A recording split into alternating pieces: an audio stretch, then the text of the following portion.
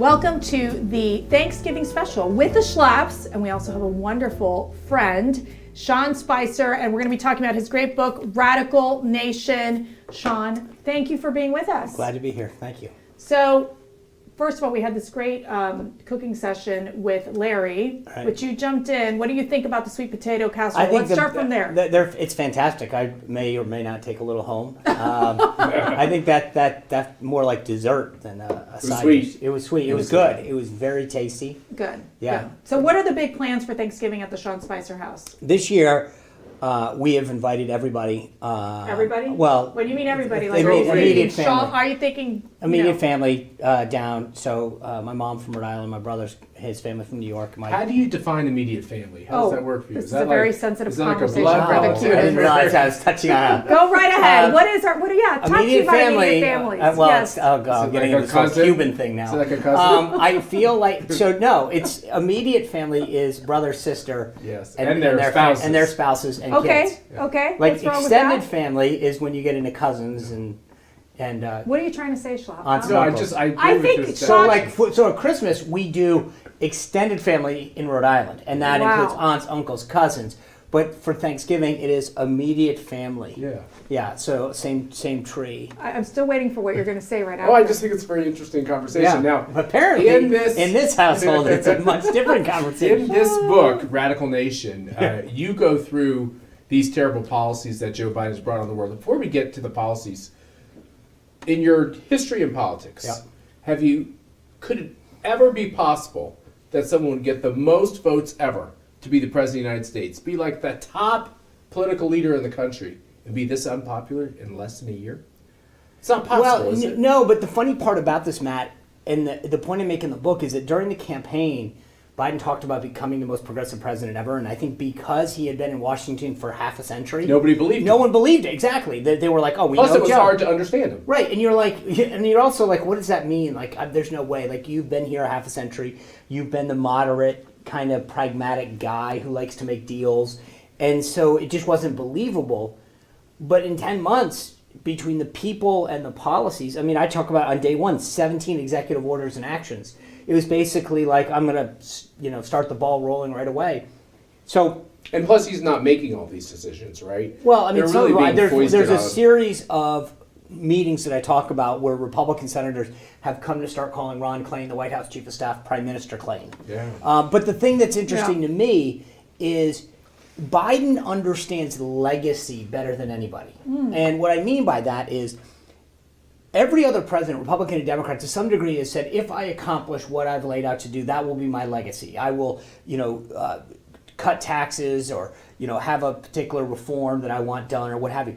Biden, through the people that he's appointing, is basically saying, I want the left to lionize me. I want to become the new FDR because I'm going to appoint all of these people that will check a box with the left, Kamala Harris, Pete Buttigieg, etc., where they're checking a box, not that they're the most qualified, not that they're most experienced. And I lay it all out because you have to understand that he's not interested in necessarily accomplishing something.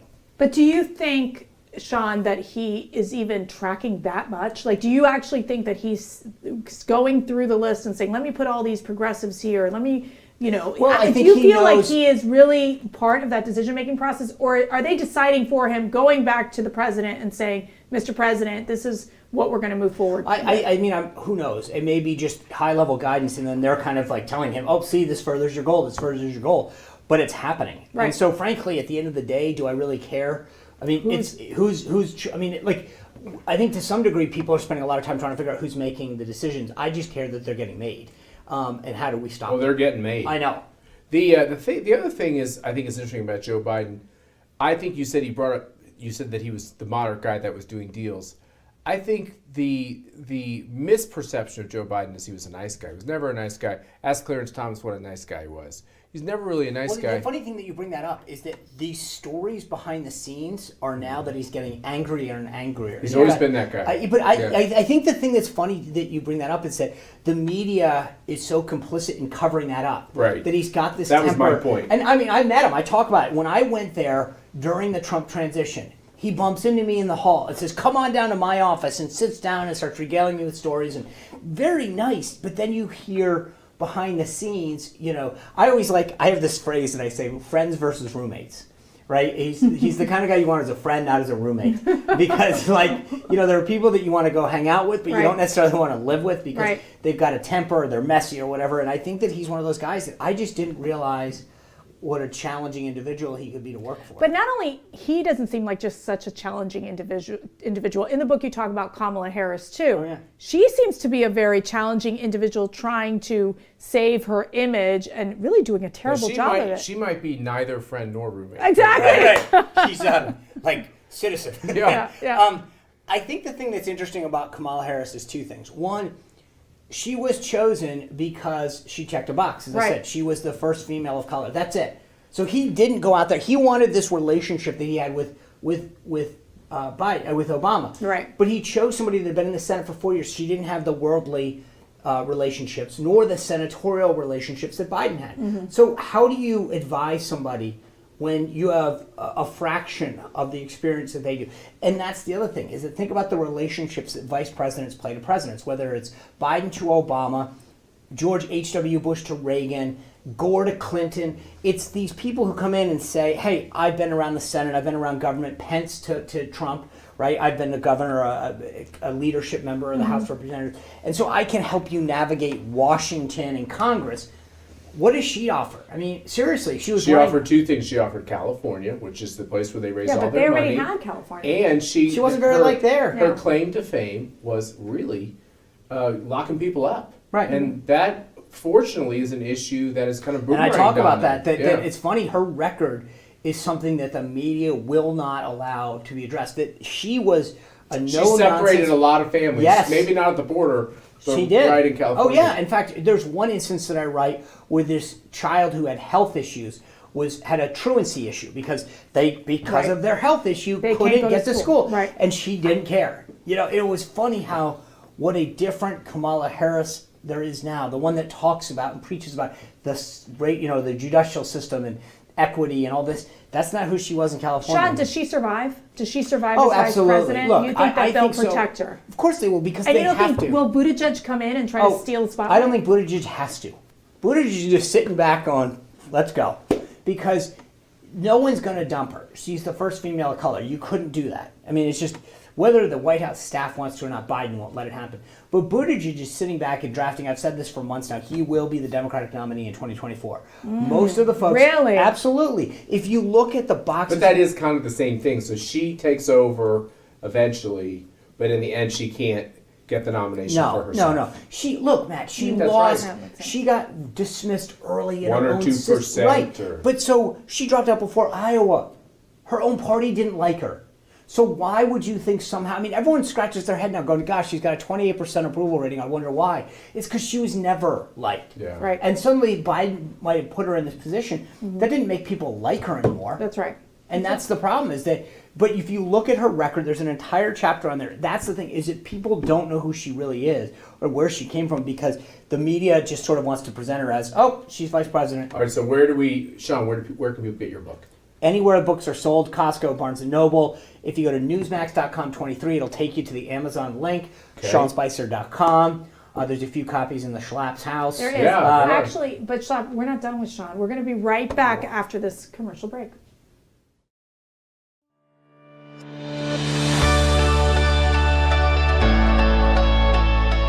Hey everyone, this is Matt Schlapp with CPAC, and it's my privilege to tell you that we've got a very important project that we've just announced, the First Amendment Fund. It's a brand new fund that we've created through our criminal justice reform efforts to raise money to take care of you, Americans who are being canceled and desecrated out there around the country. We know it just happened in Virginia, where parents were called domestic terrorists by the Biden administration, where people who just want to express their political views are canceled left and right. Now we have this terrible specter of a vaccine mandate where you can lose your job or be prevented from going to a restaurant or go to school according to your vaccination status. These are all the things that are happening in this country that are making people realize that America is in a fight to defend the principles that have made her great. If you want to be involved in this important effort, please go to conservative.org, click the link for the First Amendment Fund. please donate to this C3 to help these victims across the country, including those who are just involved in politics, to make sure they have the legal representation they need to be able to live their great American life. We're back with Sean Spicer. He is Newsmax host of Spicer and Company. Sean, did Larry O'Connor have O'Connor and Company, or did you have Spicer and Company first? Can you please clarify that for our viewers? I don't even need to clarify it. I didn't know it was a debate. We were very successful well before he stole the idea. Oh. But I feel I like helping Larry. Okay, we all do. I know. You want to help those that are less fortunate. And especially at Thanksgiving, helping Larry is just my small way of giving back. Okay, well that clears it up, but let me tell you, we are talking about Sean Spicer's book, Radical Nation, and one of the big areas you discuss is the disgrace of the American media. Now, you were press secretary for the White House under President Trump. You've been doing comms and press for a very long time. What has shifted with the American media today?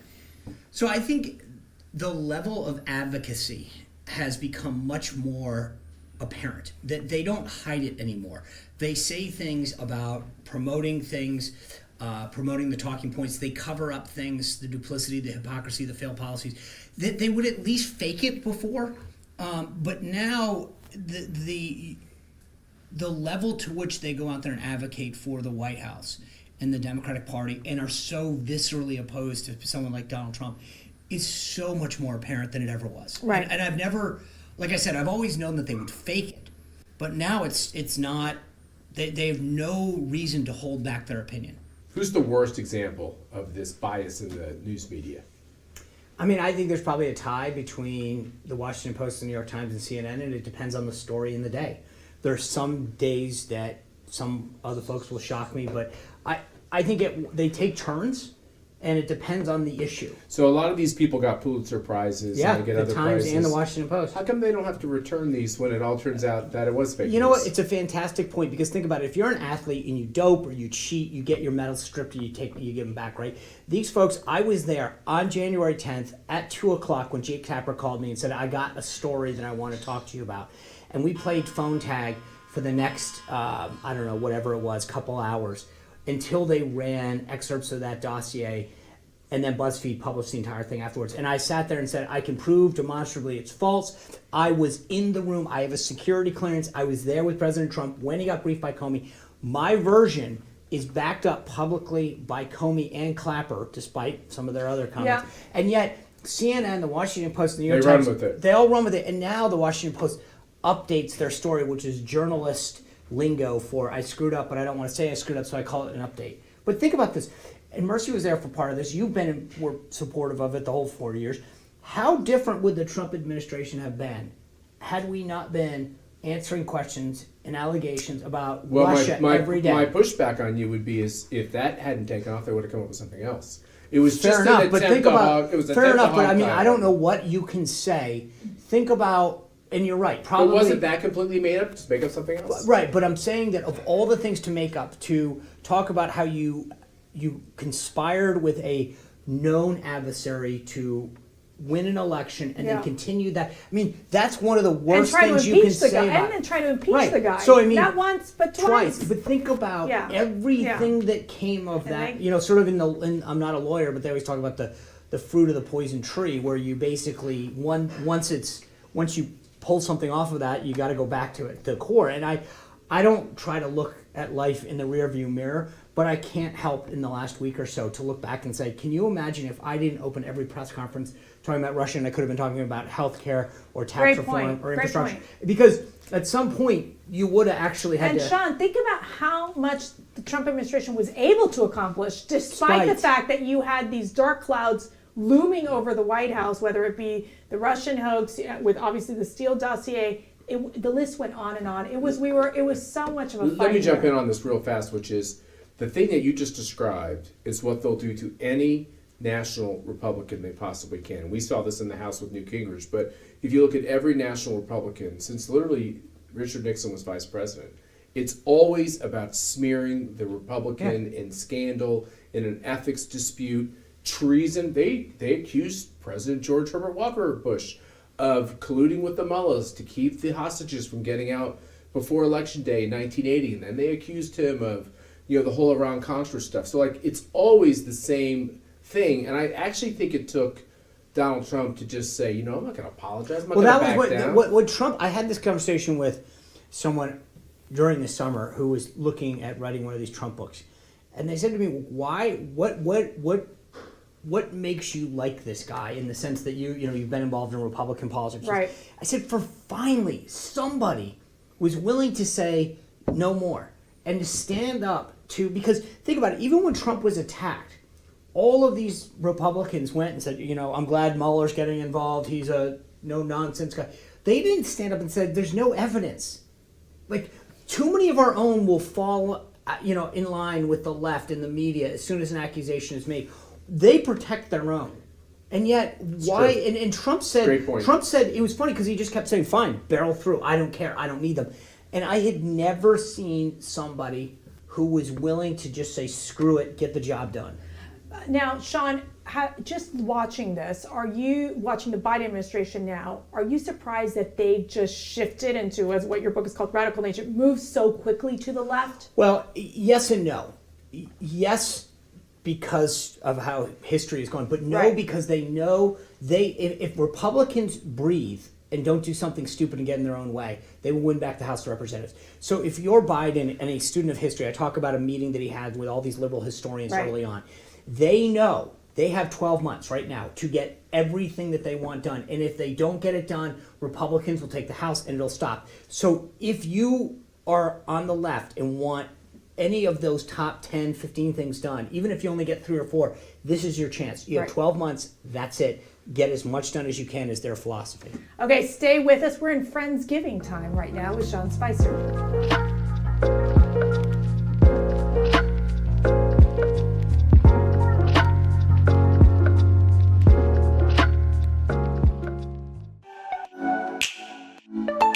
Let's get out there and do it, and let's be shepherds and not sheep. We have in this country 300 million patriots and not 300 million victims. The White House used to be a symbol of power. Every day, it trends more and more to just looking like an assisted living facility. Support Republicans so we can take the House back in 2022, because that is the single most important thing for us to be a check and balance of the craziness that's going on in Washington right now.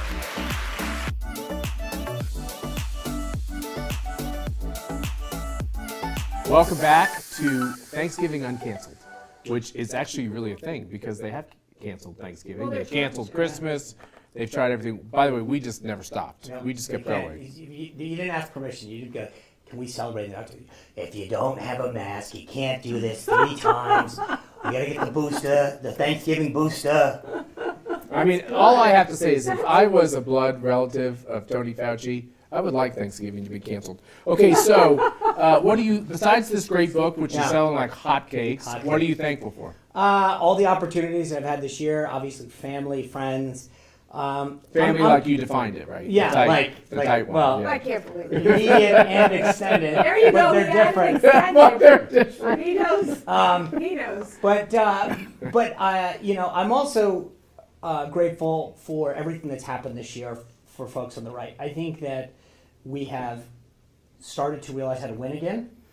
You guys put on a great event in Orlando, and that really set the tone, which was we're not going to be canceled in Maryland. We're going to figure out how to win. And I think that we kept seeing people adapt. In Virginia, we kept hearing we can't win. We won. Right. And I think what it just shows is that if folks on the right are willing to fight, you think about all the people that were canceled on social media, and then we start hearing about Rumble and Parler and Truth Social and Getter. It's like people said, you know what, I'm not just going to get canceled. We're going to figure out how to do it. I'm grateful that the right is learning to say we're going to win again. I like that. It's pushing back. It's, I Yeah. always say the David and Goliath perspective. And you have a great quote here. It says, it's going to take every one of us working together to rescue America from the Biden-Harris radical agenda. We need all hands on deck. We Which do. I think is such We a should be, but powerful we've got to start quote. being on the right, willing to support each other. Like I'm sort of like, remember that old energy thing where it was just like, it's not wind and solar, it's all of the above, coal. And I think on the right, we got to be all of the above. Right. And so I love everyone that watches Newsmax, but if you watch another network and then flip over, whatever, that's great. I just want more people on the right to be successful. websites and events, and I just don't think there's enough. I think the more we can be supportive of each other, the better, because the left's goal is to cancel and silence us. All right, we didn't ask you the converse. What are you not thankful for? Well, I'm going to riff off of what you had said earlier, but I think that I'm ungrateful to the people, and I hate it's a tough thing, it's ungrateful, but I'm Like sort a of good Catholic. yeah, Like, I know. don't You wanna go get into the this guilt ungrateful factor. How about thing. super angry? or not pleased with. Folks who, in the media who distort what's happening. I think folks on the left that don't appreciate the greatness of this nation. It's amazing how many people flood here for its greatness and for an opportunity, and yet there are so many folks on the left that want to tear it down and talk about how it's a horrible place and systemically racist. And yet, at the end of the day, this is where we're still the beacon of hope and freedom around the world. And so I wish more people were grateful for that. It's probably the best way to put it. Well, we are grateful for your friendship. Oh, well, thank you. I appreciate you guys leaving the back door unlocked all the time. And we are grateful to all of those who are watching CPAC now, or what we're calling a Thanksgiving Uncanceled. And we really hope you all have a wonderful Thanksgiving holiday. And remember, give this Great to one Christmas of your gift. liberal relatives, okay? So that they can learn a thing or two about the Biden-Harris administration. Radical Nation by Sean Spicer.